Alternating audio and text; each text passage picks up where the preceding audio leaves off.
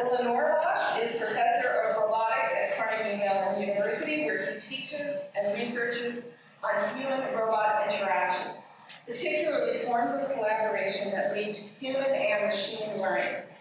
In addition to robots, he's an expert in the ways in which artificial intelligence is transforming our online experiences, shaping consumer behaviors, and affecting privacy. What I want to talk to you about is set off by what Millie said. She quoted from us this notion that robotics and artificial intelligence may be an existential threat to humanity. Maybe this really challenges our notion of who we are. And he's not alone, by the way. Stephen Hawking has made very similar remarks. So you have captains of industry and captains of cosmology who agree on this issue.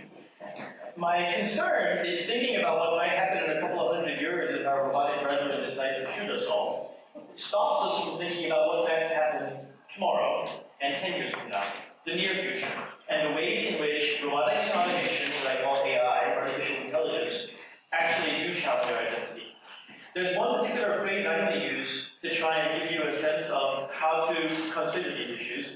That's power relationships. I believe the fundamental way in which AI and robotics affect us is by basically rethinking the way we relate in terms of power and hegemonies of power to one another. And I'm going to give you a bunch of examples of that. I'm going to start with one that's near and dear to us all, labor. You've got to start with labor. I was just at a conference where Bob Friedman, professor of economics from Harvard, said something I thought was very apt and appropriate. Robotics and automation is different from prior changes to labor. Specifically, one way it's different, and there's two key ways here, is that it's colorblind to the color of our collar. And this is interesting.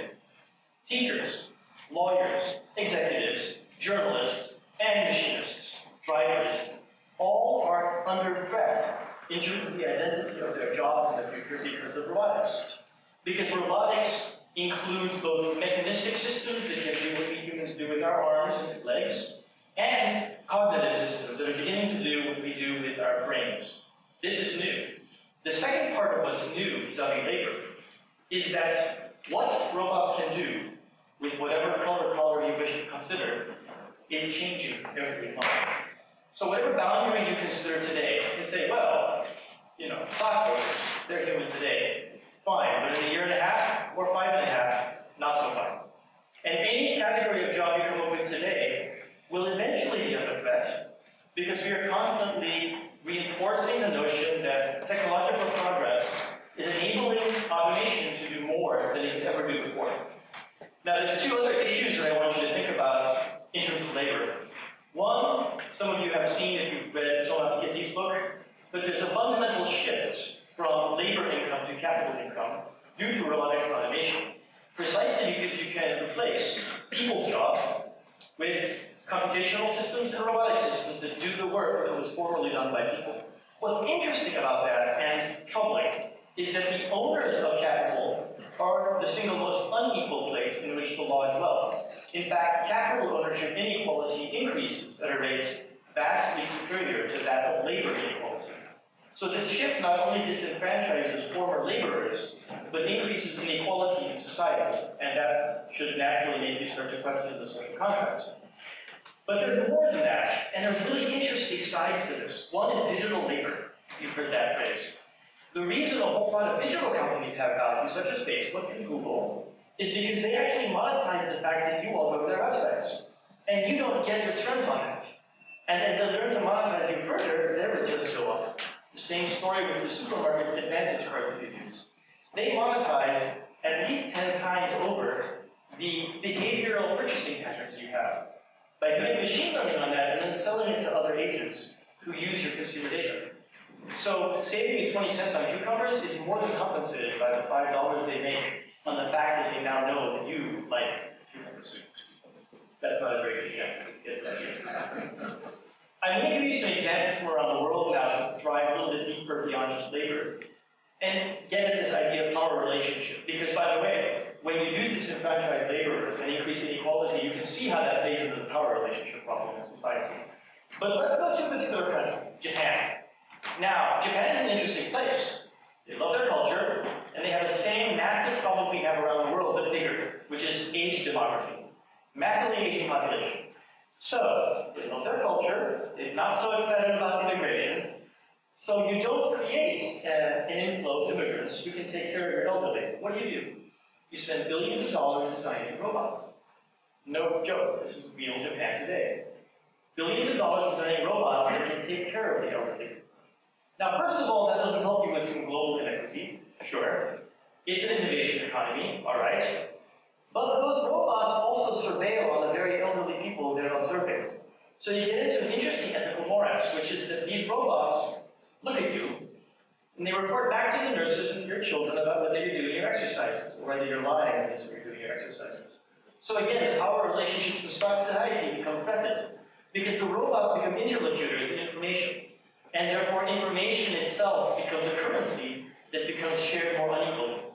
An interesting after effect of the fact that we automate society. Now, moving out of Japan, let's talk about consumer behavior practices. We have companies in robotics today making advertising signs that you put up with billboard advertising, digital interfaces. But they have cameras on them. And they look at you as you walk by and track the location of your pupils. And they look at your face and track whether you make facial expressions that are interesting as you look at the advertisements. And then they can do massive machine learning by classifying you, male, female, 30s, 50s, well-dressed, poorly dressed. And they can eventually categorize you so well that by running billions of experiments on consumers, the machine learning system learns to advertise to you and push your buttons better than a human ad consultant ever could have. Now, it's just a story of a mouse. It's doing the same thing the ad consultant did, except it's the equivalent of 5 trillion ad consultants running in parallel on each of you individually and uniquely, and optimizing for sales. What does that do to us when machine learning systems get so good at bespoke advertising that they tell you the message only you want to hear that will maximally cause you to buy the one thing they have in surplus in the warehouse? It changes you from somebody who democratically purchases something you want to somebody whose want, whose desire has become currency, traded by the warehouse. And that is a scary place to go if you take that exact same story and turn it to politics. I have to go to politics. So politics is an interesting one, because the same political agencies who used to slice and dice us into 5 categories and decide for each of the 5 categories what's the right message to cause us to vote for the right candidates, they can slice and dice us into 20,000 categories now, and do bespoke messaging that once again pushes our buttons in just the right way. And remember, I said this is all dynamic. So in 10 years, they'll do that only terrifyingly better than they do it today. So how will we have a democracy if who we choose to vote for depends on highly customized echo chamber communication? Forget about fake news. This is much more than fake news. This is bespoke fake news. That's the future of the information age we live in, unless we think about the ethical ramifications of these very robotics and AI technologies in a way that's quite different from what companies driven by profit do today. Now, I certainly want to end on a good note. I don't want to leave you just horrified with technology. And so while all of what I've been talking about really interrogates the question of power relationships between people, and depressingly suggests that we actually become automatons as robotics becomes better at doing its thing, there are ways in which we benefit that are exciting. And the big one there is cyborgs, which relates directly to the bioethics issues that the Hastings Center deals with so rapidly. On the cyborg front, it is not at all inconceivable to imagine that 20 years from now, there will be no wheelchairs. Everybody who needs a wheelchair today will be walking about with exoskeletons legs. That's entirely doable, honestly. And what's exciting about that is being at eye level with somebody. What's exciting about that is an elderly person who can walk very slowly, being able to go hiking in Yosemite with their grandchildren for the first time. It changes the power dynamics of society, and everybody has access to that kind of locomotion. And that same thing is afforded to us for arms, with targeted muscle innervation, and with a number of different other technologies that make us into human cyborgs. But before you get too excited, remember that anything that turns us into a human cyborg, a man-machine coupling, that interface and equalizes us, also can create inequality in society. Because the very fact that you can have new legs means somebody can pay to have legs that go 20 times faster than everybody else. And so you again face yet another ethical dilemma. What's the stopping point in innovation and improvement? Do we stop at human capability, or do we allow cyborgs to evolve to post-human capability? And if so, then we face a balkanization of ethnic proportions in society, equivalent to Zeus and all the rest on the mountaintop. So computationally, cognitively, physically, we are going to melt together with our robots. The question is, what ethical processes will enable us to keep that melting together in a state that causes power dynamics in society to be preserved and contained and not run amok? But fundamentally, the marker that we have that you should be most concerned about is that what drives technology innovation, what enables computers to use us, to prod us, to do experiments on us, gather information on us and sell it, all of that innovation is happening at the corporate level today with no oversight. Government is reactionary and only able to, in the smallest of ways, deal with the ramifications of this after something goes wrong, such as when a Tesla car beheads somebody by accident. So fundamentally, we are in a world of passivity around the issues.